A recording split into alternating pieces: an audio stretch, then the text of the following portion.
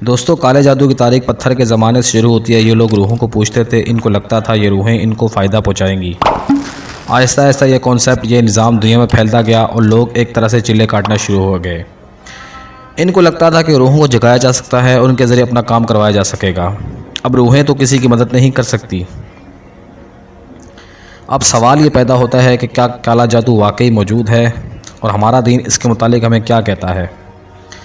کالے جادو کی ایک تاریخ حضرت سلیمان علیہ السلام کے زمانے سے ملتی ہے۔ رب تعالیٰ کے عظیم الشان پیغمبر تھے جن کی جنات بھی اطاعت کرتے تھے۔ حضرت سلیمان علیہ السلام کے زمانے میں لوگ شیطان اور جنات کی پوجا پر لگ گئے تھے تاکہ ان سے اپنا کام کروا سکیں۔ ان کے پاس باقاعدہ ایسی کتابیں موجود تھیں جن میں کالا جادو موجود تھا۔ حضرت سلیمان علیہ السلام ان سے کتابیں واپس لے لی تاکہ لوگ جادو کرنا بند کر دیں۔ اب چونکہ جنات حضرت سلیمان علیہ السلام کی اطاعت کرتے تھے اور حضرت سلیمان علیہ السلام ان سے اپنے طویل کام کچھ ہی منٹوں میں کروا لیا کرتے تھے، تو یہ دیکھ کر آپ کے مخالفین نے آپ پر یہ الزام لگانا شروع کر دیا کہ نعوذ باللہ آپ بھی جادو کرتے ہیں۔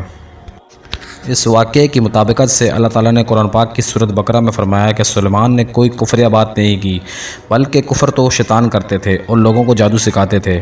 یہ تو واضح ہو گیا کہ حضرت سلیمان علیہ السلام کے زمانے میں شیطان لوگوں کو جادو سکھاتے تھے۔ ناظرین، احادیث میں بھی جادو کے متعلق ایک واقعے کا ذکر ہے کہ آپ صلی اللہ علیہ وسلم پر بھی جادو کیا گیا تھا۔ اس کے مطابق آپ صلی اللہ علیہ وسلم آرام فرما رہے تھے کہ دو فرشتے نازل ہوئے۔ دونوں نے آپس میں کلام کیا۔ ایک نے کہا، آپ کو پتہ ہے ان کو کیا بیماری ہے؟ دوسرے نے کہا، ان پر جادو ہوا ہے۔ پوچھا، کس نے جادو کیا؟ کہا، ایک یہودی نے کیا اور فلاں جگہ فلاں کنویں میں ڈالا ہوا ہے۔ آپ صلی اللہ علیہ وسلم کی آنکھ کھلی تو آپ وہاں گئے اور اس کنویں سے نکالا تو وہ کھجور کی چھال میں لپٹا ہوا تھا۔ تو اسی ٹائم سورہ فلق اور سورہ ناس نازل ہوئی تو آپ نے ان پر دم کیا تو اس کا اثر زائل ہوا۔ اب سوال یہ پیدا ہوتا ہے کہ جادو کیا ہے اور کیسے کیا جاتا ہے؟ دوستو، لوگ شیطان کو خوش کرنے کے لیے جنات کو اپنے قبضے میں لیتے ہیں اور اس کے ذریعے اپنے کام کرواتے ہیں۔ اب جنات میں بھی اچھے اور برے دونوں طرح کے جنات ہوتے ہیں۔ کالا جادو ہر کوئی نہیں کر سکتا۔ اب شیطان کو جادوگر خوش کیسے کرتے ہیں؟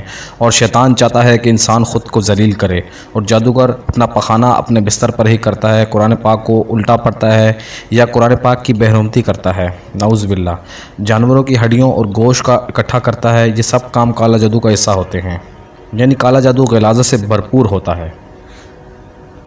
آپ نے فلموں میں ایسی ڈولز دیکھی ہوں گی اور کہانیوں میں ان ڈولز کے بارے میں پڑھا ہوگا جن پر پن لگائی جاتی ہے۔ اس جادو کو ووڈو میجک کہا جاتا ہے۔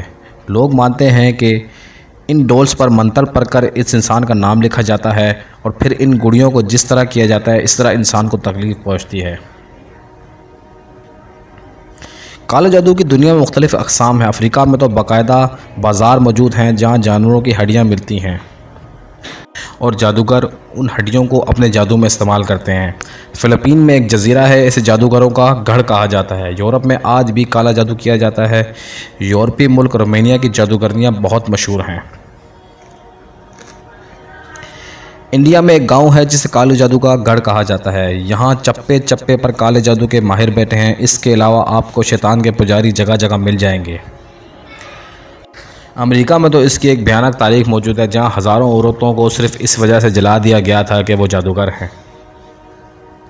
یورپ میں تو 14ویں صدی سے لے کر 7ویں صدی تک 2 لاکھ لوگوں کو جادو کرنے کے جرم میں سزائے موت دی گئی تھی، جن میں زیادہ تر عورتیں تھیں۔ ناظرین، عنقریب ہم ایک ایسی ویڈیو بنائیں گے جس میں اس بھیانک جادو سے بچنے کے لیے کچھ وظائف بتائے جائیں گے تاکہ آپ اپنے اور اپنے گھر والوں کی حفاظت فرما سکیں۔ اللہ تعالی ہم سب کی حفاظت فرمائے، آمین ثم آمین۔